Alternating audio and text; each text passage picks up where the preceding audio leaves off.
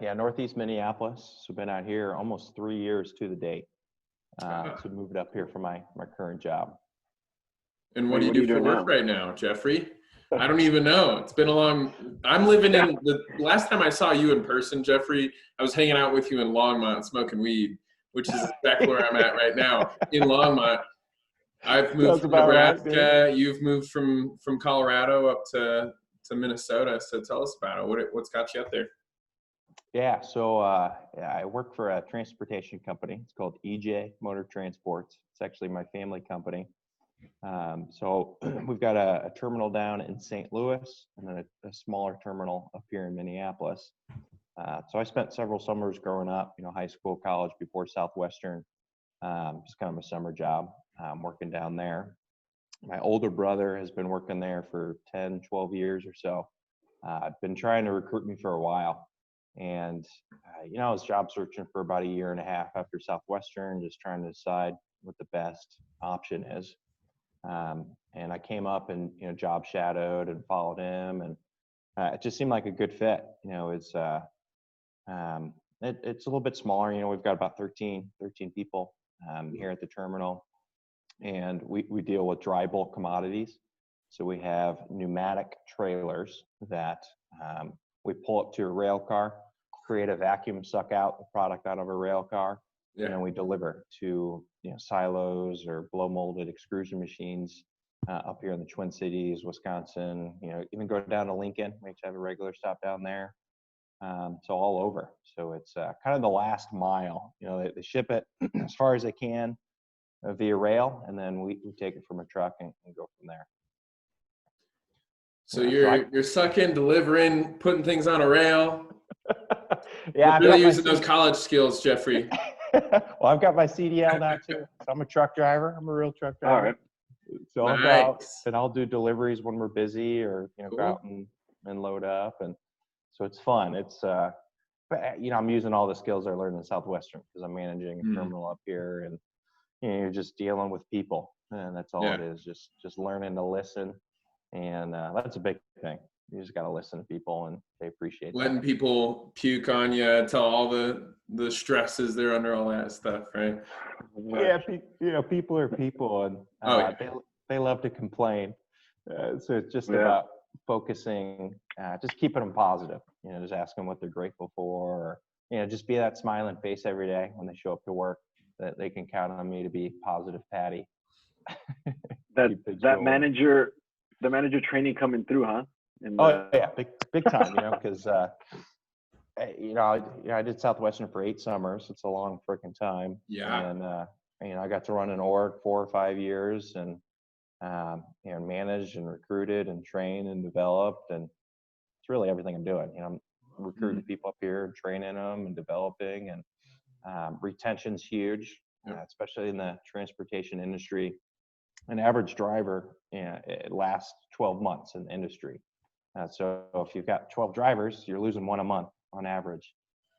So it's we're doing way better than that, luckily. But it's still a challenge.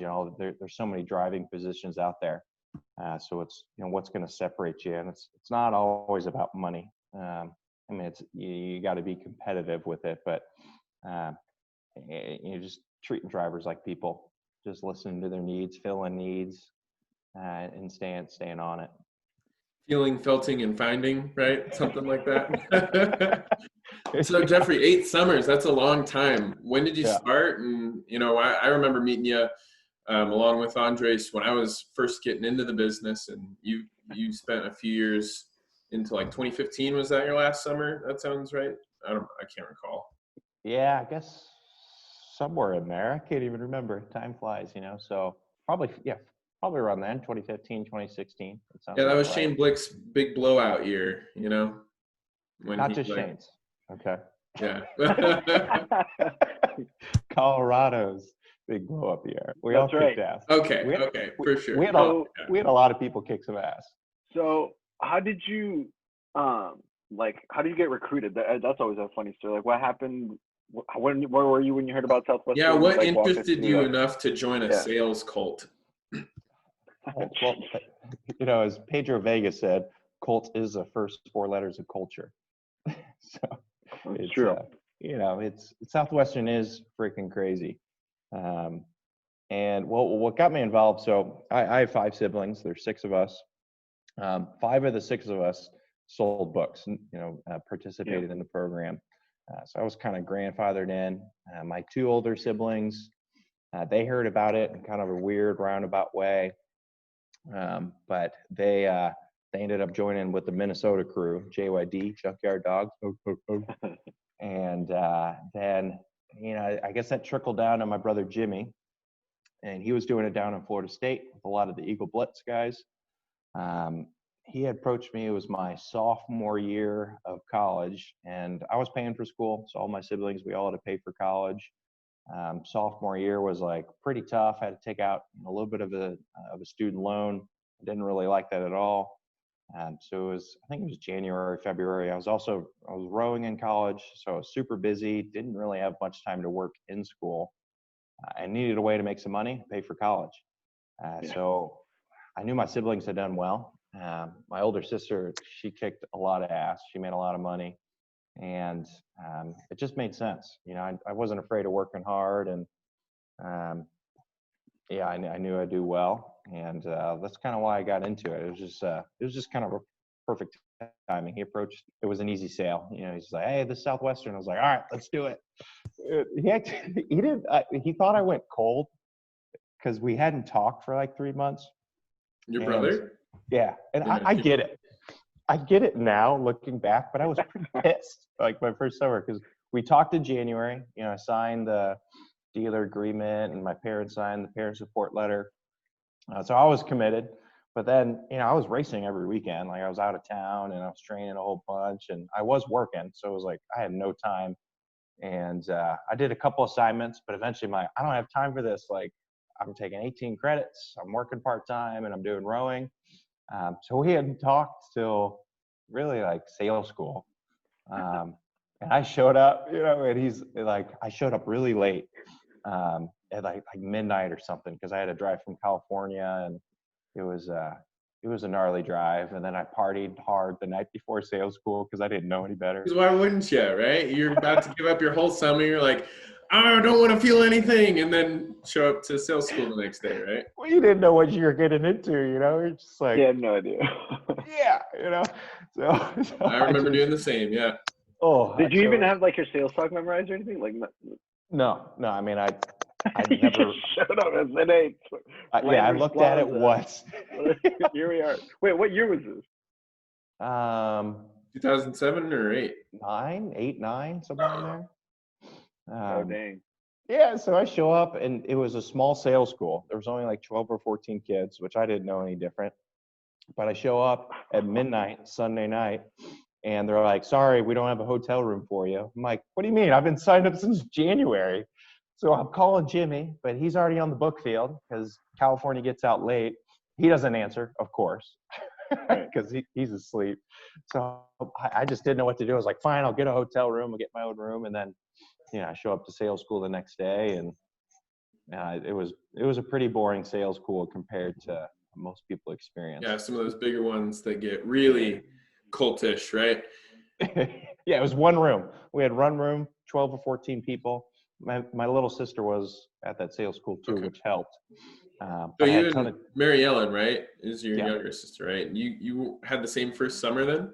Yeah. She was a junior in high school. Oh my gosh! I remember hearing all about this from her. Yeah, That's I crazy. knew this. Yeah, well, yeah, because I remember this because we connected on that when we first met. Because I think that's actually why I taught the first time I met you, was because I was trying to recruit my brother. He was just getting out of high school, and like I was talking about like if you thought that was a good idea or whatever. Because his sales school is also really small. He got out of school late. So that makes sense. So then Mary Ellen was a junior in high school. Was she kicking some ass? Was she like intimidated? What was that like? She's a badass, dude, and yeah, our parents did a good job in the summer, just sending us out to overnight camps where we'd be gone for 2 weeks, a month, if not more. So we were pretty used to it, So it was easy for us to be away from home, and she spent even the last 2 summers before. I think the whole summer she was gone at Girl Scout camps or sports camps. So she was mature enough, and And it was kind of fun having each other and to support each other. And she kicks butt. She's way more talented than me in the sales department, but she's way less motivated. so I always beat her because I worked harder. You know, I got more demos, worked more hours. That's the only reason I beat her every summer. Otherwise, she'd slay. She'd kick some butt, and she knows it too. So sibling that you just know each other about it. That's hilarious. So where did you go that first summer? Like, wow. It was easy, dude. I was in Tennessee, so it was like not just south of Knoxville. I sold in Maryville, Tennessee, and so it was a couple hours. My first Sunday meeting was actually at the headquarters, so it was weird. Oh, that's wild. Then you drive back, and that was great. Yeah, because the other summers, it was upstate New York, Pennsylvania, Virginia. It was a long drive. And I had a great first summer. I was with the Eagle Blitz, and I had a great OL, Amy LaValle. She's a freaking legend. My brother kicked a lot of butt. He had a breakout summer, and it was fun. It was a lot of fun. Cool. Run us through the numbers. Let's you're not your units, but everybody gives a shit about units and stuff. I like how they always say that, like, you're not your units, but if you sell a lot, you'll get to talk a lot. You're not your units though, but Yeah, right.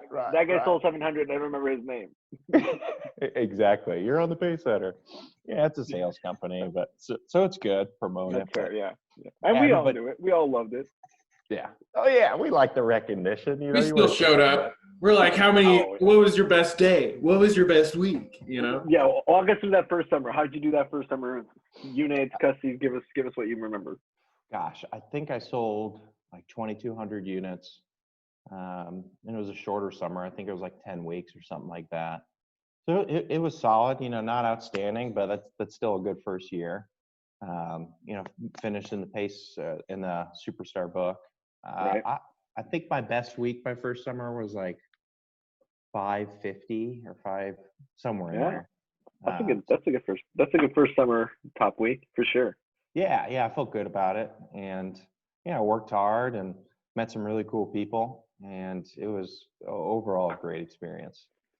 So Tennessee, that's awesome, man. What was crazy about like a customer interaction? Like I spent my first summer in Massachusetts.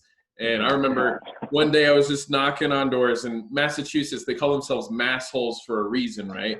So this dude comes out wearing a Boston College cutoff, and he's like super aggro, and he doesn't want to talk to me. He says, talk to his wife. And I'm brand new. This is my second or third week on the book field. And I'm like sitting in my car in his driveway for like 30 seconds too long as I'm like mapping out the neighborhood and figuring out where to go. Cause I'm like, I have no idea what I'm doing, right? And this guy just bursts out with like a raised fist, like trying to beat me. I feel like he had something that he was trying to like really threaten me with. And I'm like, holy crap. I'm like putting my car in reverse, and I'm like slowly backing out because I don't want to turn sharply and hit the guy. And he's just like cursing me out. And then I go to the very next house, and this guy comes out of his front door all aggressive like. I'm like, oh, what am I getting myself into? I don't know what this is. And so I'm just like still giving it my best shot. I go up to him. We shake hands in his front lawn underneath a tree. And he's telling me, those people don't have kids. The neighbor, he's an asshole, right? And we just talk about how he doesn't have kids. It doesn't matter, right? Mm-hmm. As we're talking, I look down at my hand and I see bird shit in my hand. No way. We shook hands under his tree and caught bird shit. That's impressive. In our handshake. And it was just like, what the heck just happened? Like he was like, come in, wash your hands. Like, let me get you some hand sanitizer and set me on my way. And, it's like stuff like that never happens in a normal job. It never happens in a normal setting of any kind, right? But when you're just meeting thousands of people across the course of a summer, something weird's bound to happen. So I don't know if you can remember any stories like that from either your first summer, second, or eighth, whatever comes to mind. I love hearing these types of stories too. And Andres, you can always share. I'm down. I'm always down for a crazy book story. You got it. Crazy book story. Gosh, it all just kind of blends together. A little bit, yeah. You have to wonder, like, was that in Massachusetts or was that in Pennsylvania? Right. I mean, just so many. I mean, the book field it's such a crazy place, dude. Do you still And get like book mares sometimes where you're like dreaming about it all of a sudden? You're like, whoa, I didn't expect that to happen. I don't really have any, but I did have, well, I don't know if it'd be a book mare or it was a book dream, like a few months ago, which was like the first one I've ever had since I left the field. Really? It was funny. Like I just had a dream that I was out there and I start going through my approach and then I'd like pull for my sample book. I'm like, oh, I don't have my sample books. But then in my head, I'm like, oh, I don't know my sales talk. But then I start winging it, and then I'm like, well, I don't have books, but I've got a slick, the slick's got all your books on it. And I like start running through and give it a demo. It wasn't a book mare, I guess, but because you pull it off, right? Did you have your order form? I didn't get that far. Ah, dang, man, that's a book mare for sure. You're like eternally stuck in demo dummy mode, Well, now that it's all electronic, as long as you got an iPhone. Yeah, you don't that's even what I was need an going order to form. say. I was going to say, this is kind of funny because there might be some people listening to this afterwards that are like, order forms. And you're like, oh, dear Hey, God. I mean, they use the electronic order forms. Got to have coverage for that. Do you remember the paper bars? Oh, my God. I messed up so much money first summer with that. That was the worst thing. terrible. Of all the things that happened in my first summer, it was keeping track of numbers, which ironically they didn't do. I mean, at least God bless Yvette and my DSMs, but that's not something we were strong about. Andres, aren't you a math major? Didn't you graduate with math? Okay, gotcha. It's different. I'm not an accounting major though. Yeah. Like numbers are good in theory. I know why numbers add. I don't know why. I don't know how to keep track of that. Well, I didn't know back then anyway. Well, they didn't. I don't feel like they taught you in sales school, and it's like probably the most important thing. Yeah, it is the most important thing. That's the bottom line. Accounting. They harp on the intro. Like I knew my intro word for word, bro. But if you were to ask me what the heck remittance was, I'd be like, no, I don't know. Hey, that close. I close in my sleep sometimes because here's what everybody likes about the way I do business, guys. That's the only thing that stayed the same. Every year they change the sales talk a little bit, which is silly, but whatever. Yeah. Every sales job that I've personally had since leaving Southwestern back in like 2017, I've really like wanted to close the same way, but they always do it a little different. And it's just like, this doesn't feel right. Just gotta whip it in there, bro. Just do it. Dump it. Hey Jeff, I got a question for you. So let's get into some. It's because here we are all here because we left Southwestern. What happened? Let's talk about. I don't even know the story. I have no idea. And this is kind of the cool thing about doing this whole project is that we just kind of get to talk and hear about what people's experiences were. So when you got to your 8th summer, you're looking at 9. Did you know it was going to be 8? Did you have a goal that it was going to be 8 and you were done? Like what led to you going, 8's good, I'm out of here? And if this is a long story, good. Good. Yeah. Let's dig in. I guess I never really knew. Going into it, even after my first summer, I was pretty cold. I was a cold B contract. Because I had a good first summer experience, and then I ended up taking a year off of college, just moved back home and was working and coaching for rowing. And I spent a month down in Florida with all the people I sold with, which was awesome. And that's by far the best thing you get out of Southwestern is the people. I mean, this whole thing, right? Getting to talk to you guys. And this is cool. Dude, all the connections you get. It's just amazing. Yeah. And everybody's so positive because most people you meet just love being negative, and it's just so refreshing being with book kids. It's a different feel. Oh, totally. So I was pretty cold after my B summer. I was pretty happy. I was back in St. Louis, and it was an okay job, but I was coaching, and I love rowing, and so I wasn't planning on coming back, and was, but basically midway through the summer. I don't know, just had some weird things kind of happen. And then I was like, I need to be selling books. Like, what am I doing? So I remember I called Tim Ritzer. He was my district sales manager. And I'm like, hey, I'm coming out. And he's like, what? I'm like, yeah, I'm coming out. He's like, well, sales school is done. Like, there's no more sales school. I was like, I'll be fine. Like, so I had a Matt Atchison sales talk on CD. Legend. Yeah, so I drove down. He was a little worried. He's like, usually they're running away from things. I was like, I'll be fine. Like, don't worry. Like, it's just selling books. Not a big deal. He's like, okay. So I left at, I was sold with in Lucy Morton Hicks org, which was a killer org because I lived with Bernard Chu, and that's when he had the #1 team with like Courtney Rice. I forget who else was in there, but they were just killing it. Nick Morris, and dude, it was great. But I left Sunday at 2 a.m. to go down to Jackson, Mississippi, where they were having their Sunday meeting, and I just had Matt Atchison sales talk on repeat for I can't remember 5-6 hours or something like that. I show up to the Sunday meeting, and of course I'm just dog tired. So I just like take a nap in the back of the room because I'm tired. And Julio was our like sales leader. He's just looking at me. He's like, "Are you okay? Like, are you gonna be fine?" I'm like, yeah, dude. Like, it's just selling books. Like, I'll be okay. He's like, "Well, your sales school is gonna be you following people for 3 days." So I followed Chris Shaw. So you didn't have a sales school. This is great. No. So my sales school was I followed Chris Shaw for a day. Then I followed Lucy for a day, and she was jamming. I think she hit Mort that week. And then, no big. Positive. Yeah, so it was like that was the best sales school you could have. By then, I was like, I was ready to go, And looking back on it, I get why the sales managers were like afraid, but I was just like, like since I recruited, but I was like, I just want to go sell. I don't mind working hard. Let's just grind, knock on doors.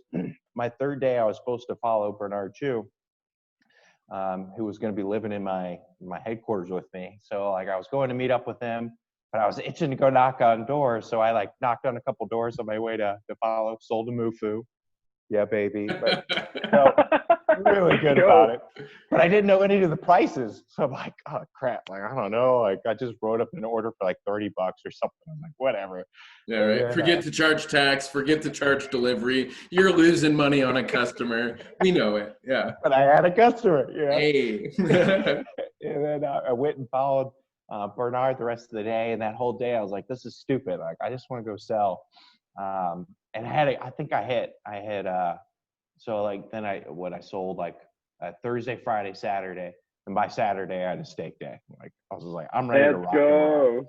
Yeah, I was just fired up. And this was your second summer. You were warming up. You were just like, I didn't want to come back and sell books. This spring sucked, but I guess I need to get back on schedule. And you threw yourself into the book field, followed people for 3 days, and everyone's like, Jeffrey, what are you doing? I mean, it's selling books. Are you gonna be good? And then you're just like, all right, sure, and you just roll out and do some stuff, right? Yeah, just jam it, So I had like a 5 or 6 week summer, sold another 2,000 units. So basically tied my first summer in half the amount of time.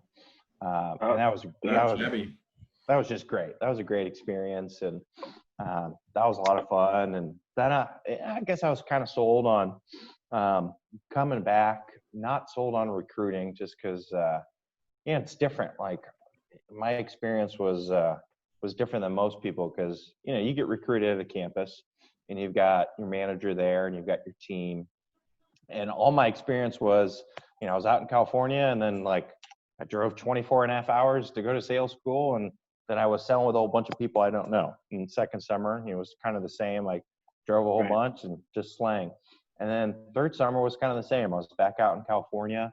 And there was a group out there, but I didn't really get involved with them. I wasn't really recruiting. So I didn't have that team atmosphere that a lot of kids have to keep you warm. So I was just selling to make some money, and I didn't mind working hard, and it was fun to travel. So I just kind of played year by year. And then after, I think it was my fourth summer, Jimmy was like retiring from Southwestern. And he'd been recruiting in Colorado for a few years. And I did a little bit of recruiting up to my fourth summer. So I joined up with the Redline group, which they were terrific. They were up in the Berkeley area. And I had Ron Alford, who's freaking amazing. He's just beast. Dude, best manager I ever had. Legend, bro. Oh, a stud. You kind of ping-ponged around a bit, didn't you? Oh yeah, I sold with Redline that summer. I sold with Eagle Blitz and JYD, so 3 director groups, which is pretty unique in Southwestern to get that much. Yeah, it was that much exposure to all the district sales managers and the groups and. But after that 4th summer, I did a little bit of recruiting, brought out a couple kids, and we just had a disastrous org. The one that hit the brick wall.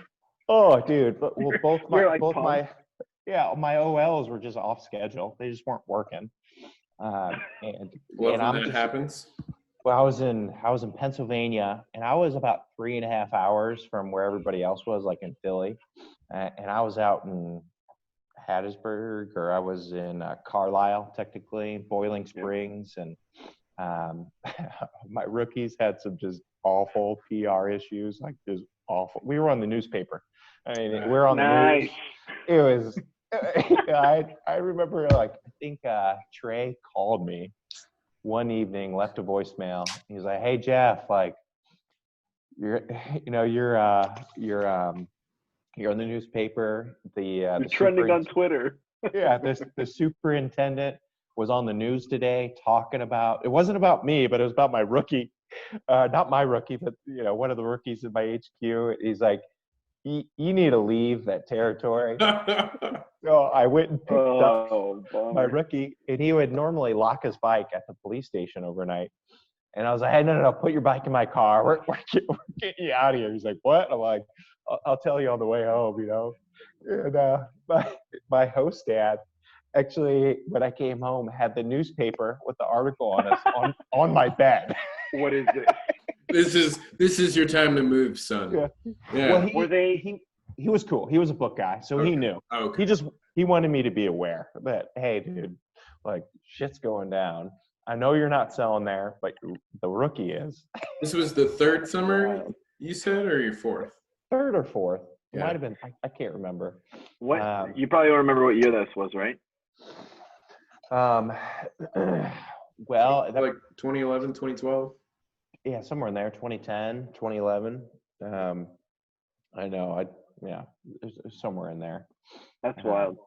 Oh yeah, that was my 2nd summer. We had a kid, Manny. I hope he'll listen to this. Probably he'll laugh at this. But it was similar. He was my rookie.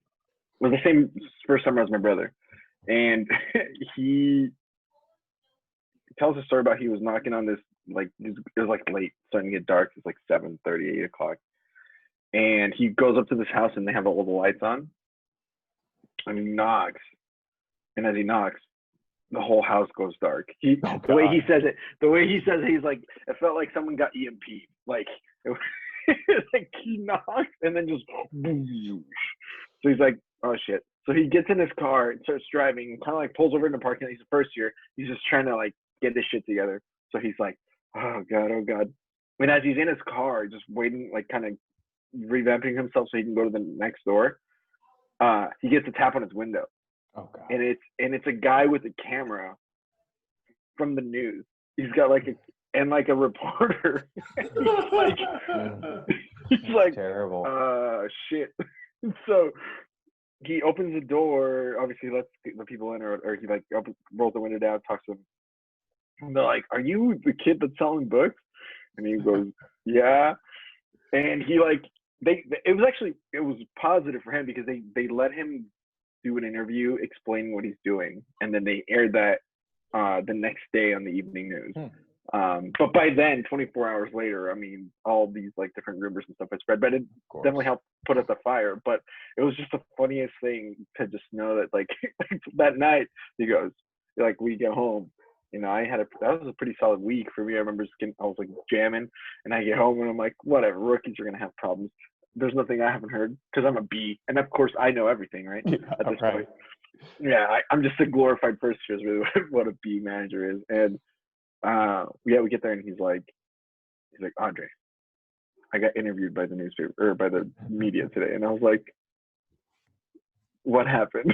It's gonna go well, yeah. No, it was we had to move him and he ended up moving HQ after that. But it it was pretty funny to hear about this story. So here's something that I'm curious about. What are some random like special things about your turf that are only applicable to your turf that you've sold in any of your summers? Like my first summer I sold in Webster, Massachusetts, which is home to the longest lake name in the world. It's Lake Chargagagog Manchagagog Chabunagungamog.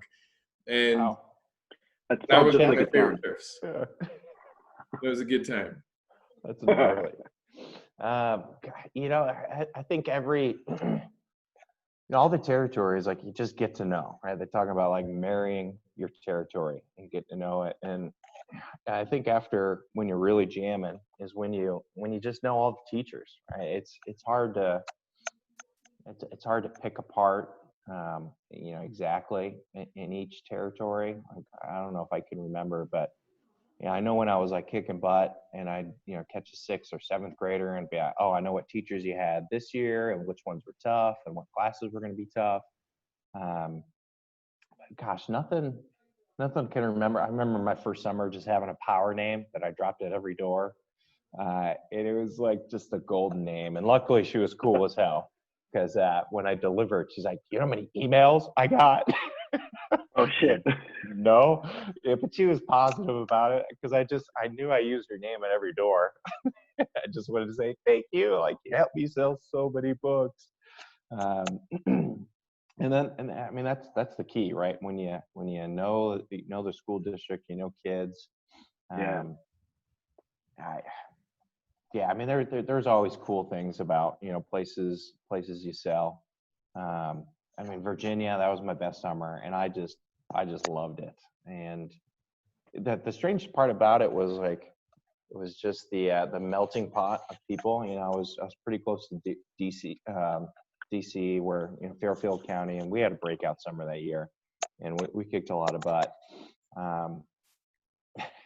The thing I noticed more than anything is most of the PR issues I had were from like white bitches.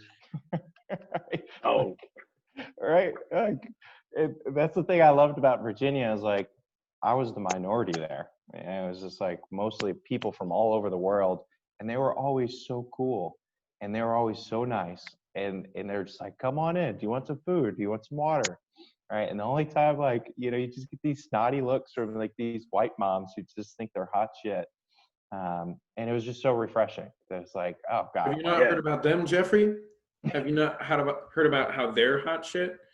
Yeah, well, that's what they think, and of course, it's not a rule, right? It's just in general. It's the thing I noticed was, the more cultural the neighborhood, the cooler they were, or just more accepting or more open-minded. I don't know if you guys noticed that.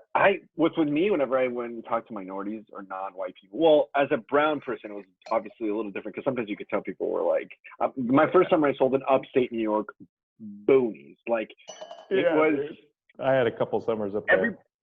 Everybody tells you, everybody's like, I sold in the poorest, blah, blah, blah. No, I Googled this shit because the community kept telling me this. And I was like, there's no way. Like, everybody. And that's what my manager, Steve, kept telling me. He's like, yeah, everybody's selling in poor territory. No, like, I Googled it, like, median income per county, per town. And it was, like, legit. And the funniest part about it is, like, whenever I see it with double wide, I'm like, oh, they got money. Like, yeah. Double wides like, are nice. Oh, shit. Yeah. It was, but so I sold in like white people territory.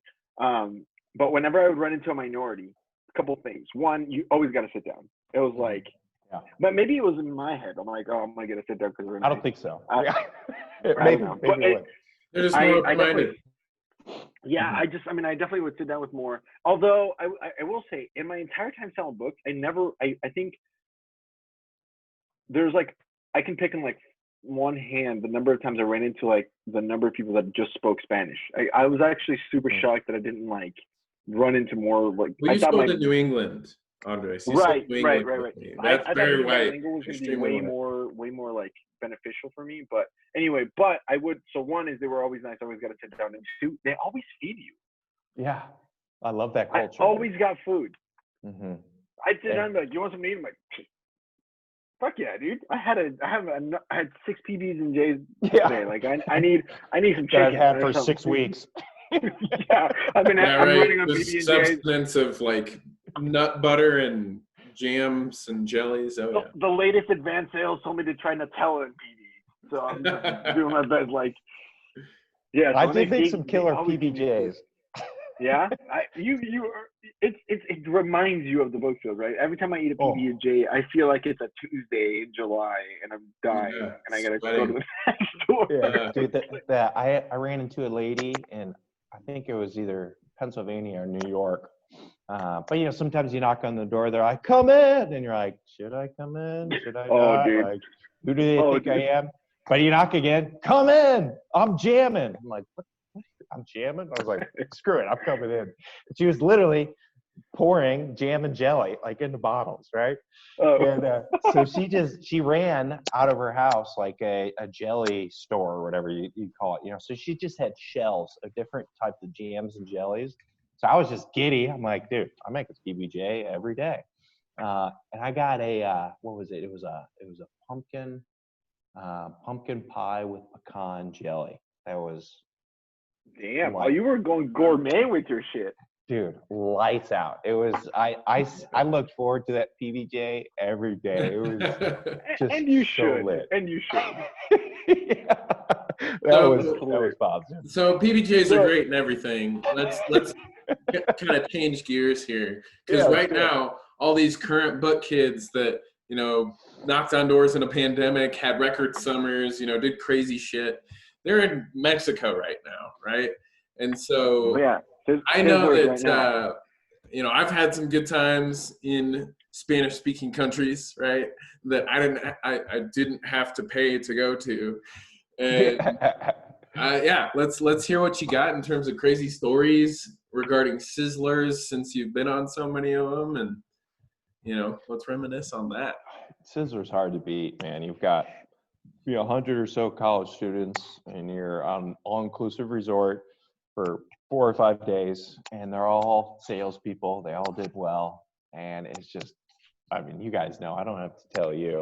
What a party! Oh yeah, dude! You take over the resort, you know. And I think my first couple summers, it was the Eagle Blitzers, dude. They party. Those Eagle Blitz, those Florida kids, like we heard. Dude, they rage, man. There was one summer, I can't remember. It might have been Cancun, or I don't know. The bars shut down because they're like, "Sorry, we're cutting you guys off. You're too rowdy." Like, we're all so pissed. I think it was like 8 or 9, or maybe earlier, 7 or 8. We're like, "What the hell? We still got 3 more hours of drinking." But, you know, so then another night or two, they threatened to shut us down again because we were getting too rowdy and partying too hard. And that's what it's about, you know. It's you don't want to make too much of a fool of yourself, but you do make somewhat of a fool of yourself, right? A little bit. My last Sizzler, I did. I got way too drunk. That was Cancun, right? I think so. I think it was. There was gosh, what's the club that we go to every year? Wait, what? In what city? In Cancun. There's also one in Punta Cana. So one we go. It's like the last day, and they've got like a show. Yeah, they've got like an elevated stage. Isn't it the zoo? Where, like, no. It's in The Mask, the movie The Mask, which is somebody else would know the name of it. Congo or Coco Bongo. Coco Bongo, yeah. There you go. Yeah. That's nuts, dude. That's how you know someone's a book man.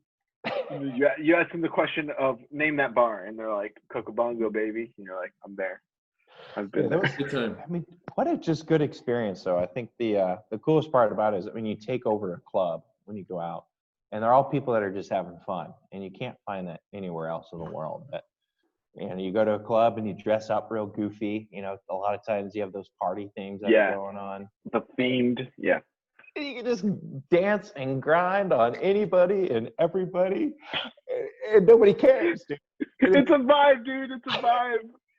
Just smushed in there, no social distancing. Everybody's 6 inches or closer. Oh yeah. Like, you're closer, dude. You're all up in each other's biz. You know, you're sweating. It's crazy. Yeah. Oh, you dance so hard, dude. And you just grind. And then when Service Project started, that was always like kind of a bad idea. Like they'd schedule it around like sometimes like the hardest club night or whatever. Like I can remember, man, like getting less than an hour of sleep. And you're like, hungover as shit. yeah, everybody's just like, oh, my worst one was in it must have been PV. It was when I sold with the Red Line Group, and I was so awfully hungover, dehydrated, and it was like 100 degrees, and we're painting this park in the boiling sun, and they didn't have water for us. Oh God. Oh, it was terrible. I just like crawled back to the bus and it was like, give me some AC. Like I am dying. But you'd want to make it, you want to help out. And, oh yeah, some just terrible like hungover service projects, and it's fun to give back. But the little Mexican kids can smell your breath. They can taste the tequila when you're hugging them. Like, you're just sweating out tequila. It's awful. And like you're doing it with all these attractive people who you may or may not have sexual tension with, and it's like the kids are like, we're having a good time, and you're face painting. Oh man, great. You're just sunburnt. It's the worst. Mm-hmm. But hey, it's for a good cause. And I remember the first one we did was I was in Cabo. That was my first Sizzler. What was your first Sizzler? Jeff and Nick, let's hear. Dude, I had a great one. It was in Jaco Beach. Where the heck is that? I don't even know. But it was no idea. It was a Best Western, believe it or not. You stayed at a Best Western for Sizzler? Best, dude, the most legit Best Western I've ever seen. It was actually Best Western. Yeah. But that wasn't an all inclusive, and that was my first one, so I didn't know any better. I just thought that's what it was, and that was an amazing one. We did my favorite. Sometimes you do the excursions, and we did rafting, and I remember heading out to it and just started pouring down rain, just a freaking deluge, and we show up, and it just like. It made the rapids twice as fast. So we're just ripping down, and that was a terrific experience. My sister Mary Ellen was supposed to be on it, but she got she was 17. Did she fall off and get lost? Well, not quite. So of course not. She'd hate me telling this, but she was 17, her first Sizzler. So a junior, now a senior in high school, and she's just loving it. Right? She likes to party. I'll never forget, like the first night we're going and we're drinking, and then she's like, "Hey Jeff, you want some shots?" I'm like, "What?" Like, yeah. She's like buying shots at the bar. And she's like a senior in high school at this time, right?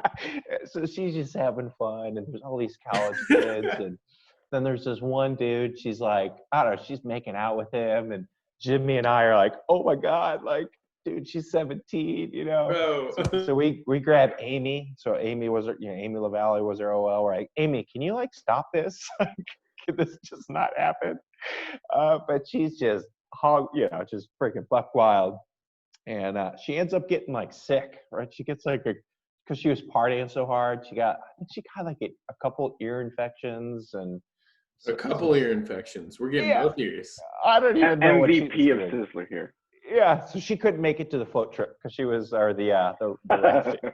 We're like, you missed out, Mary Ellen. She's like, oh no, I had to sleep for like a day or two, and I think she met Tim Ritzer for the first time on that Sizzler, shit face, just awesome, just drunk out of her mind. Like, nice to meet you, yeah. But I'm sure he understood just fine. That was pretty incredible. That was my first one. That was your first summer? For your first summer. So then, out of all the 8 summers, what was your best summer? How'd you walk us through that? I feel like people want to know. They want to know so they can feel better about themselves or shitty about themselves right now. Yeah, I mean, I never sold like a crap ton of books. My best summer was my 7th. I sold, I can't remember, 53, 54, 55. That's good summer. Yeah, it's acceptable. It's okay. I had my best week I had that summer was like 9:30, somewhere in there. Jamming. Yeah, that was a fun week. That was mom's week. It was always when I just holding in, and those are some of my best weeks. And that was Mom's Week, and I think I had a 200+ unit day that week, probably a couple of them, right? Like, you know, it was on the verge of mort, and just crank it. You know, that was a fun summer because we had, I mean, Shane blew up that summer. That's when he sold 9,000 units. And, yeah. We had Hannah Ginter. She freaking slayed, dude. She's a boss. She sold around 5 or 6, and we had the number 1 rookie, Jacob Flores. J-Flo. Yeah. Jenna Rogers. I think she might have been. She was number 3, I think. Was she number 3? I can't remember. Yeah, she had a good summer, and we had a lot of people kick some butt, and a lot of managers hit growth. And that's just fun, you know, when everybody's just selling a lot of books and you got an org that's jamming, and you're having fun, you know, it's a blast. You can't beat it. That's awesome. Yeah, it's a good feeling when you're just jamming. Mm-hmm. Well, I had 2 crappy summers at the end and then 2 good ones at the beginning. So I definitely got the wealth of experience of how to not sell books and how to sell books. And when you're jamming, it's a good feeling. It's nuts to think about because it's like, I wasn't saying anything different. Like, I don't think I was doing anything different. Yeah, yeah. That's what you think. Well, I mean, attitude, right? Attitude's everything, you know. No, it was really that you like improved your physique. Miss Jones thought you were hotter. It was just like, yeah, that's it. I can't say no to this kid. You know, if you know, some people get uglier with age, and that's their fault, and that's why they don't sell more than they should in certain jobs. So, and that was your that was your 7th summer, right? Yeah, number 7. That's dope. Okay, and so then what happened in 8 to make you go, okay, this is it. That's all I'm doing. This is where the drama comes. The drama. Well, some of it started at the end of 7th summer. You know, where it's just like there was a couple things I was promised going into 7th summer that didn't happen going into 8th summer, and I just felt like they were, you know, just like holding the carrot out. I'm just like, fuck this, dude. Like, I've worked my ass off, and you know, I some of it was frustrating because I spent a lot of time building up Colorado. Like, you know, Jimmy had been there, and he did a great job. I took over, and you know, the first year was a little bit different. It was mostly his people, and to be expected, you know. And then I started to build up my crew and develop my managers, and I had great manager retention. I got everybody I selected back always stayed. Up until I left. So by my last 2 summers, running an org was considerably easier because it's like everybody knew the role. We had a respect. It was just easy, you know. It was and it was fun. You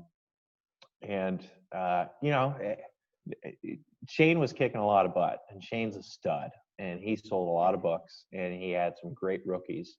Right. And I've never been like a play the game, like, you know, just like suck up to the big bosses. Like, that's not my style. Like, I'm like, I'm gonna do my thing. Fuck you, and I'm not gonna suck up.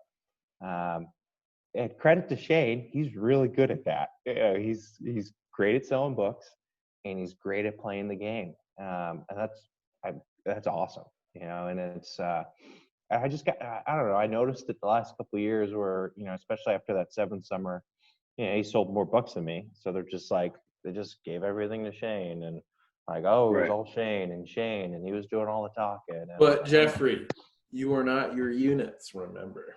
Yeah, I'm not my units. And it's like, oh, you mean like, so it's not like the manager base and the other guys who did really well and everything that I learned my first 2 summers. And you know, I sold 5,500 units. Like, that's still a good summer. It's not like I didn't sell anything. And you were in the superstar book. You're a top producer. I had a number 3 rookie. You know, it's like, it's not like I didn't do anything, but it was just frustrating. They're just like not a lot of credit, and not that I like wanted. You know, I wanted something though. You know, it's just like, man, I've been working my ass off for 8 years, especially the last like 4 full-time recruiting. And you guys don't even give a shit. And, you know, all you care about is like superstar B contract. Shane is a badass dude. And I love Shane. Yeah, Shane's dope. For sure. he's incredible. Like, I get it. Like, they're like, this guy's awesome. And this guy, Jeff, like, doesn't give a fuck what we say. Yeah. Shane's one of those people that just smiles when he talks, and you're like, why? Like, you're like, awesome. I have to think about it. I have to, like. So motivated, though. I mean, he's just incredible. I mean, he's a great dude. Love Shane. Yeah. Oh, Shane's Shout out awesome. to Shane if you're listening. Yeah, I love Shane. Roomy. No, I still keep in contact with him, and he's still a good friend, colleague, mentor, and I plan on staying that way for a while. I think that's kind of what led to the end, because I had a lot of great dealers, student dealers, come out of the organizations I ran. Dylan Buck, he basically spent his first 3 summers in the orgs I ran. And I mean, he's a stud. Love Dylan. Dylan's dope. Yeah, Dylan, one of those guys I'll keep in contact with. And I think that was, they didn't really want me there.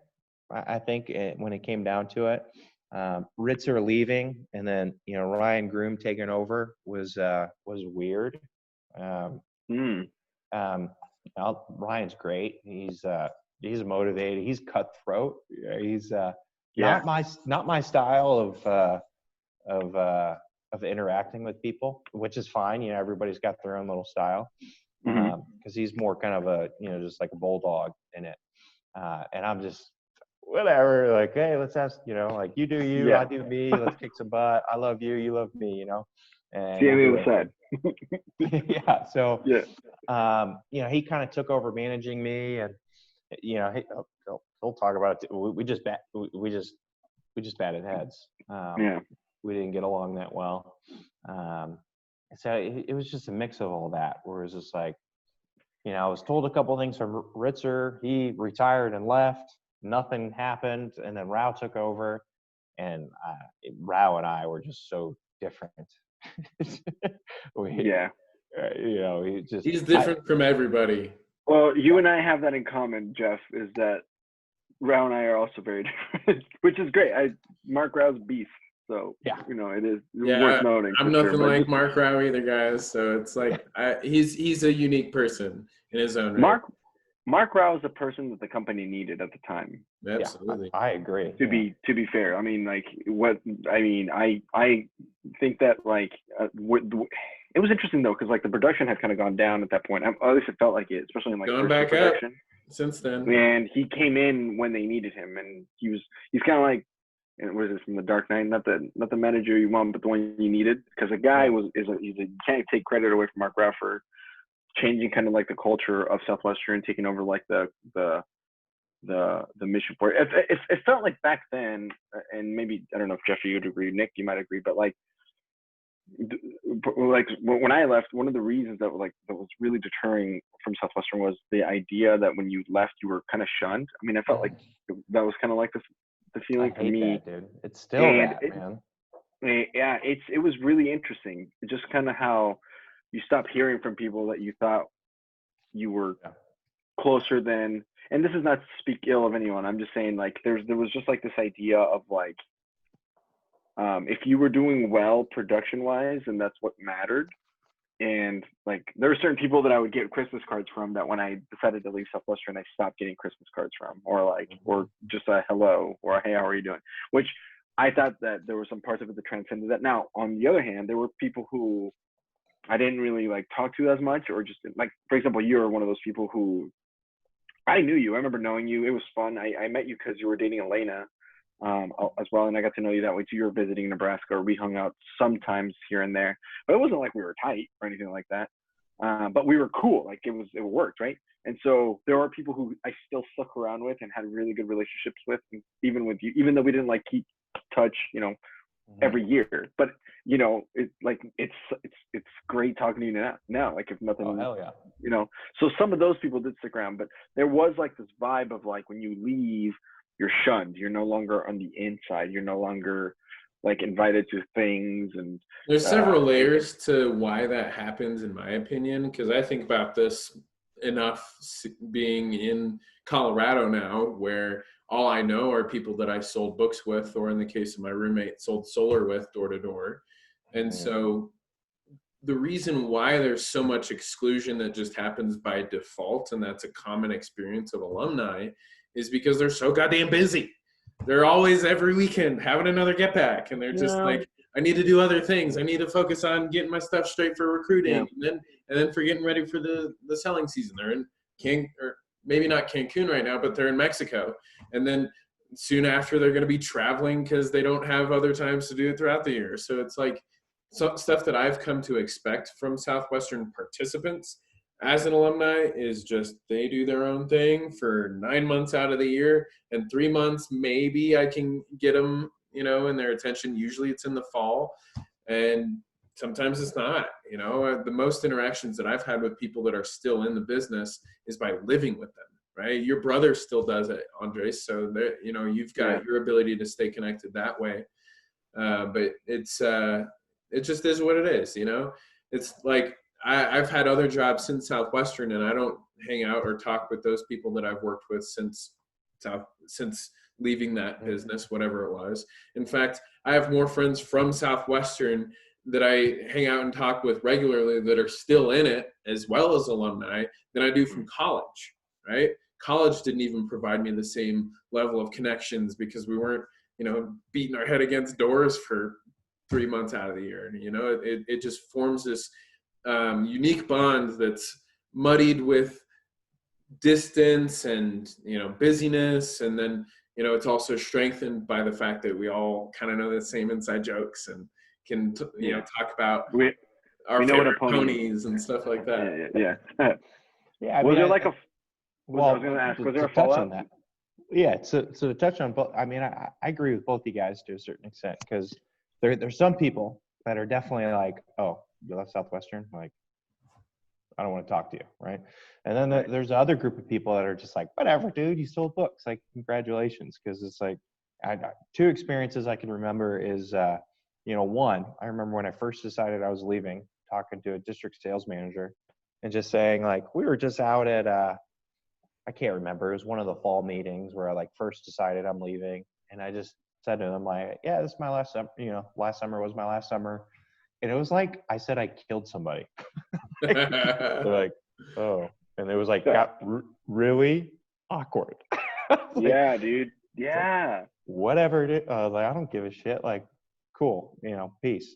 And there was another person I remember, probably was my 5th or 6th summer, when I was still pretty positive and like, I'm coming back, and are you coming back? Like, and this one person in general was like, no, it's like, I'm done. And I was like, congratulations, like, that's awesome that you're moving forward. And now you can go apply what you learned, right? What she had this like sigh of relief, you know, it was like, oh, like, thank you for saying that, because you know, everybody else I've talked to is like trying to convince me and like da da da da da, and I was like, congratulations, like, move forward, go on, which is so sad. You know, it's just like, hey, you know what, you know, we all sacrifice a lot to be out there, and whether we continue this for, you know, 1, 2, 5, 10, 15 plus years, doesn't matter. You know, we all been through it, and it is frustrating. I mean, Southwestern can make it really tough to leave. Commitment culture.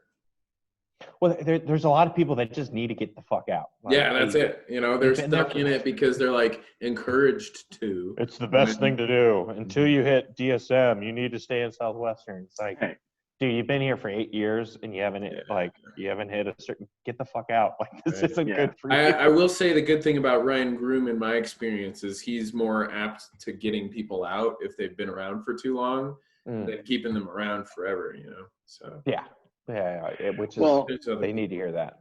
Well, and some of that came. I remember when Lee McCroskey was still around. I feel like when he left, that's when it really started kind of shit kind of hit the fan, because he kind of like was a solid glue. For me, one of the things that I always thought was, and this has changed a lot, but back then was like the thing about the sales process in Southwestern is the buying atmosphere, right? That's like the secret is like, it's just like that we, you know, believe that it's more about numbers game. So I'm okay if you tell me no, and the people that have the best genuine buying atmosphere tend to do the best because they just move on quicker, right? And then so on and so forth. Now, that being said, when it came to like having people come back, there was never any genuine buying atmosphere. I always felt like they were saying, oh, you don't have to come back if you don't want to, but it was like, but if you really don't though, want because to, I feel like if you're I gonna have the don't same want to- problems in life if you don't figure it out. Yeah, and you're like, that you don't mean that shit. Like, you know what I mean? Like you need me to come back, or you want me to come back.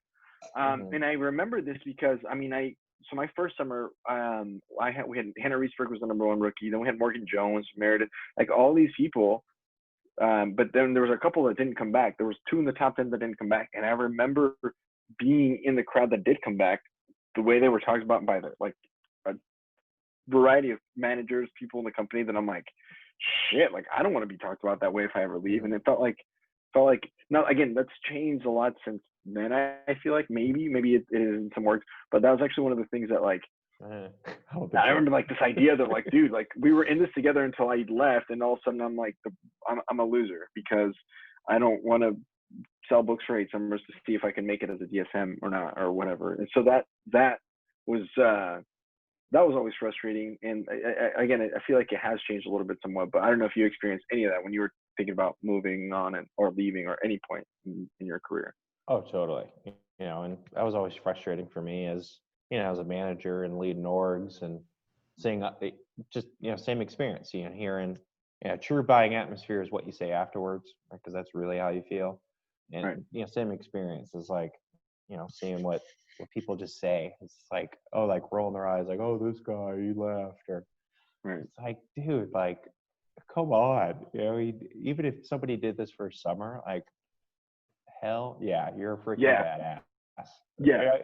That's just how we got to be, and it's like, I don't know why it's like that. Because I think you'd have better retention, and you'd have people sticking around better if you did have that, where it's like, I just want what's best for you as an individual, whether that's with Southwestern or without. I mean, dude, we got all of our sister companies. It's like, we'll push them towards that, But I think part of me when I was job looking was like, I just want to get out of this Southwestern culture a little bit. I might have been more apt to looking into it if that, I think it is different in our sister companies, a little bit, but part of me is like, I just want to put this culture to rest and, get out and check something else out. Because it is frustrating. I hear it from people with, who are in family heritage, because they got a lot of book kids, and that's been bought out since now by, I think, Torchmark or whatever. But so there's so many book kids that are in it, and I was just having a conversation either yesterday or Thursday with a couple of people that are in it that they have some book kids who just got into family heritage, and they've kind of got this kind of that culture of like, oh, like you left, or just kind of that attitude of, if you don't stick to family heritage, if you don't stick, and some of the seasoned vets are like, dude, it doesn't matter. Like, this is a real job. This is a real world. If you leave, you leave, whatever. It's not that big of a deal. So hopefully, and it's really up to the managers. It's up to who your OL is and who's running your group, because that's really what Southwestern is. And if you got a good manager, like, they're not gonna always listen to, they're gonna follow their heart. They're gonna keep their own counsel, and those are the guys you're gonna kick some butt and run a good org. So it's really just dependent on what group you're with and who your manager is. That's dope. Mm-hmm. I wanted to touch on something. Sorry to change gears real quick. I wanted to touch on something you said earlier. This is more for like, if there's any current managers that are listening, any OLs that are trying to take notes from you, because the summer that Shane kicked some ass, you were like his org leader, right? Like you were like his. I was his roommate. Him and I lived together first couple of summers. Exactly. I didn't know that story. Like, what would you advise? Like, what did you do? Was it something that you did that you think that worked? Or what part of? Obviously, the thing about Southwestern is, however you do it's on you. So Shane has pretty much full credit of that summer that he kicked some ass. But like, what was something that like you did that? Were there any signs you were like, oh man, he's about to blow up? Did you know right away that this was about to happen, or did it kind of take you by surprise? How did that summer play out? Shane's always been a badass. I mean, even, you never really know until the rubber meets the road, right? Because it's, even in the spring, just like, hey, this kid's sharp. he's got a lot of good philosophies. Let's see if he can apply them, on the book field. But gosh, like, if anything, the book field teaches you is you never really know, like, because sometimes you got these rookies. He's going to be my top rookie. Then he fucking quits like day 3. Like, yeah, we all that's have like, one of those. That's crazy. you never know. Everybody You never does. know. yeah, so it's like, all right, Day 2 gone. Well, there goes number 1. And so you see what happens, but I think the best thing that any OL or any manager can do is just pour your heart into these kids. It's PC. Like a personal conference on Sundays was like, I believe my strength and what I spent a lot of time on, and especially my summer in Virginia. One of the things as a manager, it's like you never really get a personal conference with anybody. It's just like after your first summer, it's like every Sunday you meet with a manager and you talk about your week and and then it's like, oh, now you know what to do. Like your B contract summer, figure it out. It's like, oh, dude, like, what? Your managers need to talk too. So one of the things I started my summer in Virginia was as the OL. During the Sunday meeting, I meet with every manager before they PC the rookies, right? Because they got to get their mind right if they're going to talk to a rookie. So I talk to the managers and get all their shit and just, all right, let's figure it out. Hey, let's get a game plan so they be feeling good. So then when they go talk to the rookies, hey, they're in a good spot. They probably use some of the things we talked about. But the biggest thing you realize from talking to people, like everybody's dealing with the same shit. You're dealing with it, and you're coaching these people on things that you need to be coached on. And so you're telling these people like what you need to hear, and it just helps you do better in the long run. So it's really just taking some time to talk with your rookies, talk with your managers, and just care about them immensely and say, how can I help this person out, and put all your shit to the side. Cause we're dealing with stuff too. We're humans. We have bad weeks, good days, whatever it may be. And just loving them, beyond belief, just pouring your heart out and really caring. And that's when you start jamming is when you help others get what they want, you get what you want. And really diving into that is the key to kicking a lot of ass as a manager and as an OL. Just help everybody else kick some butt, and you'll find that what you're coaching them on is what you need to be coached on too. There's so many different platitudes and like little phrases like, when you help people get what they want, you get what you want, right? There's so many different things that I don't even have to think about how it's going to be said. Like it just comes out of my mouth, that have been drilled into me from Southwestern that I use every single day. Like I'm recruiting people for a life insurance telesales call center, right? And so I'm like, you got to inspect what you expect, right? When you got expectations, you just got to, like, as a manager, you need to go into those expectations with that first year in the case of these people that I'm hiring and training, and, just getting into the details. And it's a lot that they put into us that I'm noticing so many industry professionals have no background of. If they've got a background that's similar to Southwestern, it's incomplete by comparison. And, I'm very, very blessed and thankful to have that background personally. Best training in the world. I mean, by far, it's a crazy thing, but gosh, the things you learn, and it's just a mind fuck.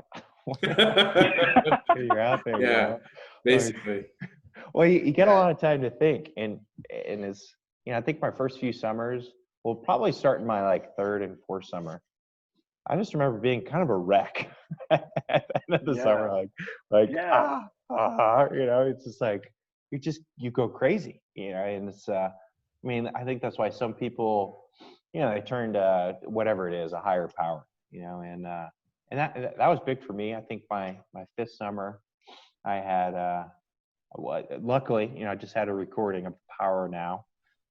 Randomly, my brother had it, and I downloaded it, and I just put it on repeat. And I was like, at the end of that summer, that was the best I felt mentally, like in my entire life. Interesting. It's because when you're out there, dude, you just like, Yeah. Just all day long. Yeah. Whatever positive thing. Yeah. When you're trying to talk, but then your subconscious is like, okay, why am I doing this? I Odds should do are this. They're gonna tell me to do this again next year, and I'm gonna say yes, but I shouldn't. Ah. Well, man, we all had that like week. For me, it was like week 8, my first summer. I'm like, there's no way I'm doing this again. Oh yeah. Fuck that. Like, Right. ooh. Did you ever come close to quitting? I mean, every day. Oh, really? Wow. No, not every day. I was like, Well, yeah, shit. everybody has that, and I think by like summer 6, I think I realized that, because I always found it silly that people would try to commit you for the next summer, like when you're selling books, because you're so goddamn emotional. Emotional as hell. Oh yeah. Oh, like so Sunday you're like, oh, I'm feeling good. I had a good beat. I'm gonna kick this week's ass. Like I'm coming back for another summer. And then by like Monday at 10 a.m., fuck this. Like I'm never doing this shit again. Like why did I say I was doing this? And you just have this roller coaster, right? And then eventually, like when people start, because when people started talking about, oh yeah, I committed for another summer and and I'm like, stop. Don't think about that at all. Like you're gonna decide that in the fall. You just need to think about today and what you're doing right now. And like, we'll fucking figure that out, because you're going to be up and down, and it's going to cause you this emotional stress that's you don't need. Right. And it's like, don't think about this shit. Like think about it in the fall. And so I started preaching that big, 6, 7, and 8, when when a manager would follow from a different org and they'd be talking, well, I don't know if I'm going to come back. I'm like, that shouldn't be on your mind at all. You just got to get through this summer, and we'll think about it in the fall. No doubt. Yeah, because I mean, you go back and forth, and I never really. I mean, quitting was never an option. Right. Even the first or second summer. I mean, those were, it never really came into my mind. You always have the, what would happen if I just turned my car and hit a deer? Or like, I wish I was that cow or that dog over there where I didn't have to sell. Like, right. There's an oncoming truck. Like we all have those thoughts. Like, which is fucking weird. It is what it is. That's did you cry in your first summer? Like hard? I do. I had one day where I was like, oh yeah. Whoa. And then after that, I was like, all right, I'm in. Yeah, same. I think it was my third day. That was really the only time, believe it or not. Let's hear about this. What happened? It was like week 9 for me. Hold on, My friends called me from back home. We miss you, Nick. Come back. And I'm like, nah. Well, wait, really? You miss me? Aw. I was a wreck. Tell me that, dude. But it was. What happened? I'm really proud though, because it's in 8 summers, that's the most I've ever been off schedule. Was my third day on the book field, where I was just a fucking wreck. Like my first day was great. Like I was just this like cocky rookie, because I knew my sales talk like to a T by the end of sales school. I'll never forget, like, so I followed my brother Jimmy on my very first day. And then he did the classic manager. Like he got in the door and he's like, oh, this is my manager, Jeffrey. He's got a presentation. I'm like, you bastard.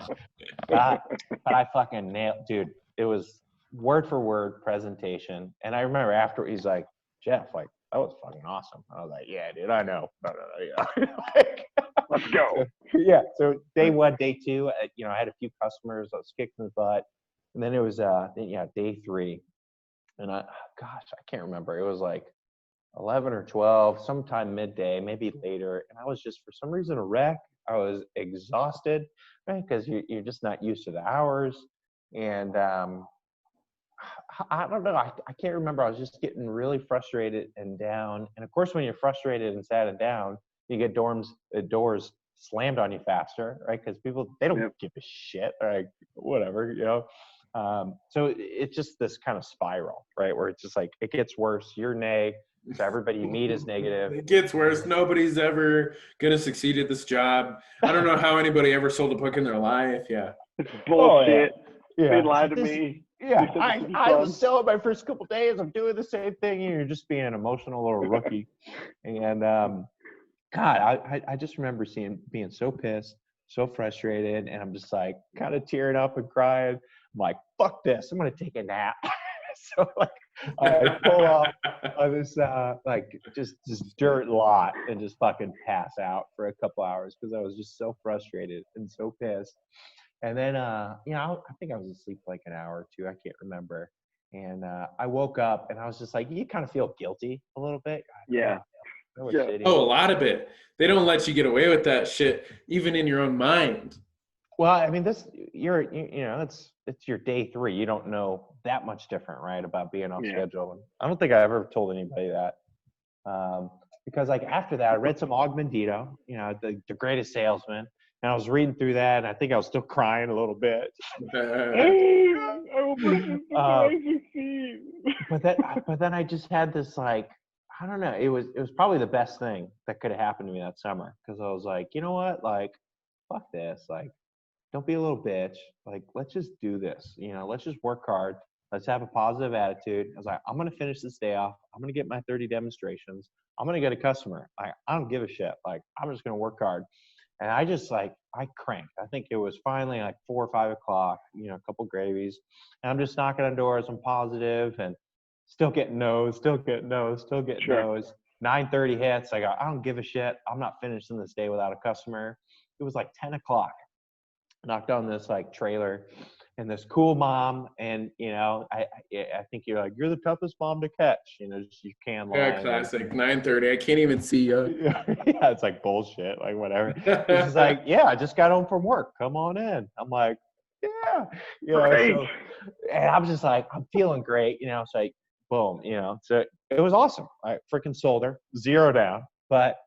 I told her because we got her, baby. Yeah, you have that order for her. You were stoked about it. Yeah, it was your 3rd day. You didn't know. Yeah, put her on the names list. I was all stoked, and I left that house just feeling on top of the world, and was just committed. You know, for the rest of my career was just like, hey, I get it. Like, when you finish the day on a sale, man. Oh, I remember I called my brother up, and I was like, honestly, Jimmy, this was like a real awful day, but dude, I feel great. I mean, I kicked some ass. I didn't get a sale till 10 o'clock at night. Knocked on this lady's door, and you know, it was 0 down, but I feel great. Like, and then it was just like, that was it. And then it was like, all right, just go out and work, get your demos in. And 8 years later, you know, it's still like, whoa, how did I end up here again? You know. Yeah. It was terrific. That lady did come through. I remember sitting. I love when 0 downs come through, especially in your first week or two. Oh yeah. Well, dude, when I finally cashed her out at the end of the summer, she was a hard worker mom. I think her mom helped her out. Like, the grandma ended up paying a little bit, and I did have a moment with her, and I was like, hey, like, I need to tell you, like, this was a turning point in my summer. I was knocking on your door, like. I had a really bad day. I was really sad. It was like my 3rd day, and you changed my summer. You know, when I got you as a customer, so I kind of poured my heart out, and it was a good moment. Damn, connected. Oh yeah, dude, she loved it. You know, and hopefully her kids used it. You never know. Yeah, you never know. You sometimes hear that they don't at all, and then you're like, geez, why did I ever do this job? But then you also hear the people who did use, and you're like, we should do this forever. That was fun. Maybe I'm the weird one here, but do you guys still keep in touch with any of your clients? No. I do. I got 2 customers that still like reach out to me. Good for them. A couple HQ parents. Yeah. Yeah, HQ is more so. Some hosts. Yeah, I mean, like, if you're talking like really keep in touch with, where you're catching up with like how they're doing on life, I suppose there's some here and there for me from host families, and then even one of the customer kids who is like 2 years younger than me when I sold her the college entrance advantage. She's like been liking all my stuff for the last 5 years, and I'm like, Jesus. That swag. 5 years, anyway, she's old enough now, you know. Yeah. I mean, it's whatever. I'm not hip to it, but it's something. So it's podcast does not condone sexual harassment. Yeah, dude, we're not talking about our guests. That's another podcast, Andres. So, it's been an hour since we've gone live, and we're live. Yeah, we've been live on Facebook for the last hour, which is how we're doing. Yeah, we're doing great. We had half a dozen viewers Popping it off. But a bunch of people commented. Oh yeah, we're getting some feedback. It's the love that we all want and deserve. You know, we're all worthy. Positive.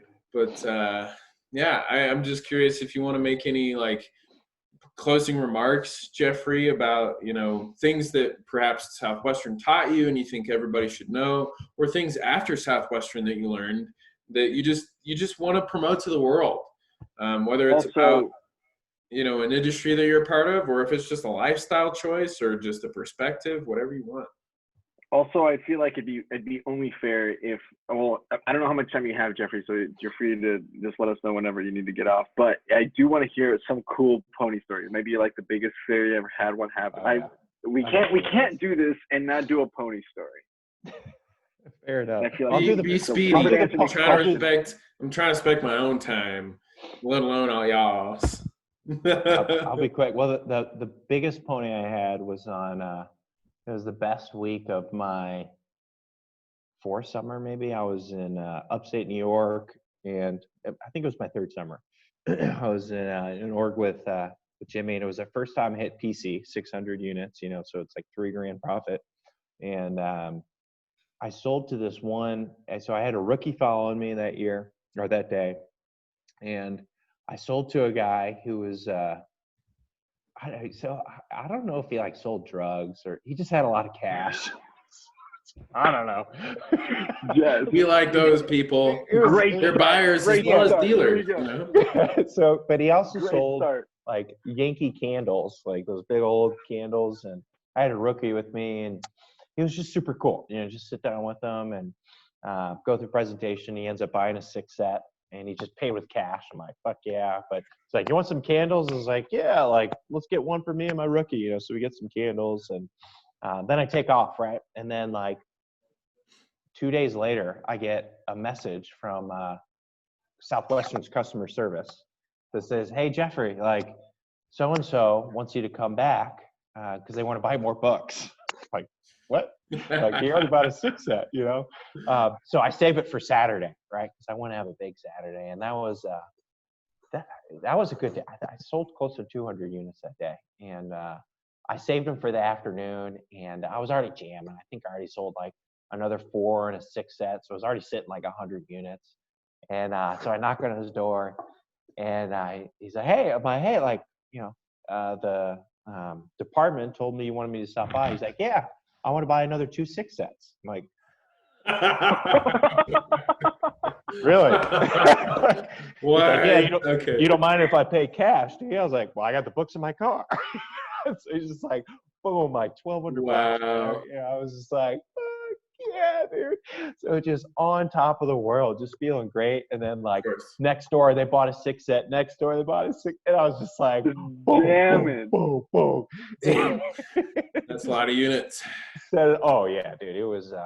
I just went home that day, just like feeling great, and you know, my man, I was like, I love this job. Like, this job is great. Like, so much fun. You know, I was like, this guy. I mean, that shit doesn't happen. You know, somebody that, hey, I want to buy 2 more 6 sets. Like, what? Like, you never know. You don't want to go back to a customer like, oh, they might cancel. You know, but yeah, that was the biggest pony. So, what, 150 units at his door? That's crazy. I did have another one my first summer that the lady sweated me pretty hard. You know, I sold the whole bag to her. She was, dude, it was like when I was going through my closing steps, it was a little scandalous. She's like, you know, yeah, everybody likes that. You know, I can, you know, take a payment now and payment later. She's like, well, my husband just passed away. His life insurance will be coming in. Yo, I had my pony customer. I've had pony customers where their husband just died. Yeah, keep going. Hold on. Like, why are you telling me this? Yeah. Well, I mean, it's relevant to their life, right? As someone who currently sells life insurance, like, yeah. My husband just died. Yeah. Just like, well, we're building a pool. But I still care about my kids. This is what he wanted. This is why he got a life insurance policy. Go get your checkbook. By the way, when you deliver these, we'll be at the house down the street with those fucking big ass windows. Yeah, dude. Well, you give her that green card. It's like, hey, when I come back, I'll drop this in the mail. She's like, oh, that'd be perfect. So then I can get some whiskey and some Coke, and the pool will be done by then. So we can go swimming. So when I show up for delivery, it's just like, this is gonna be awkward. And she's like, Jeffrey, and she like gives me this like big like awkward hug. She's so alone at this point in her life, right? Both got both fully on. Yeah, I was like, oh God. Yeah, she was a little bit older, but her husband was even older. She's a gold digger a little bit. Hopefully not. I don't know, but. But you are her strong masculine force. But I sold her the bag. Oh man.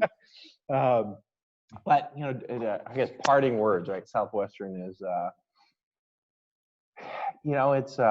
it is a great experience, and it's worth it for everybody to at least get out there and do it for a summer or two. You're going to learn so much about yourself, and you're going to meet some just incredible people. Overall, dude, like I love Southwestern and what they have to offer. And I love the people I've met, the people I've gotten to work with, the things I've learned. I mean, it's such terrific training. And it's just the self-growth, right? It's just the people invested in developing who they are, and to becoming a better person. And I mean, you just don't meet that in the world. And just to continue that, I'm still focused on that. Just, hey, growing and developing, and how can I be a better person? How can I be a better manager? And just keeping that motivation is incredible. And man, I love it. And yeah, heck yeah, cool. Yeah, heck yeah, everybody should do it. It's crazy. It's so crazy, dude. How do you explain it to your friends? Like when you tell them, hey, I did this thing for 8 summers. Like, how do you like? What's your quickest explanation? I guess I just keep it short, or it's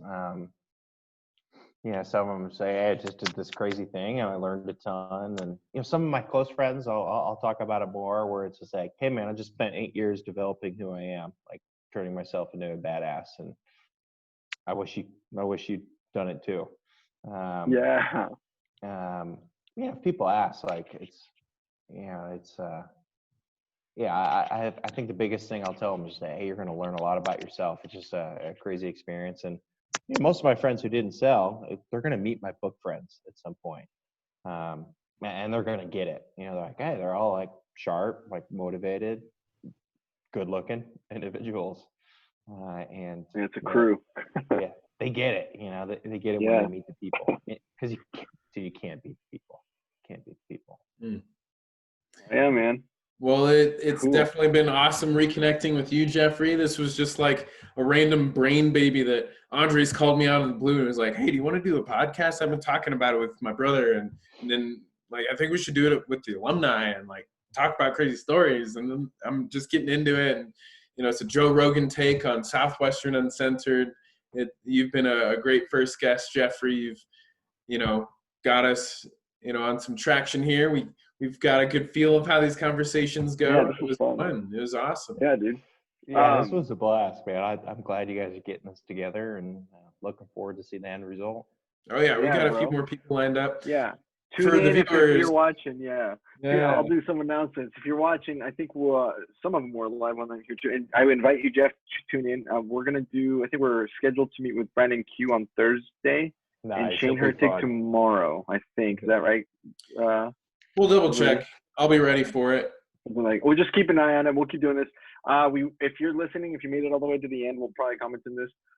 Give us some feedback. It'd be good to see. We're trying to get this to see if it's a kind of feasible thing, and just kind of keep trying to find different alumni to kind of keep doing these conversations. Hoping to have all sorts of different conversations. Things to run in every episode, like little trends and quirks. Yeah. So we'll post this on YouTube, and then probably also to Facebook or whatever. Nick's the one that knows all this. We did Facebook initially just now, so we'll figure.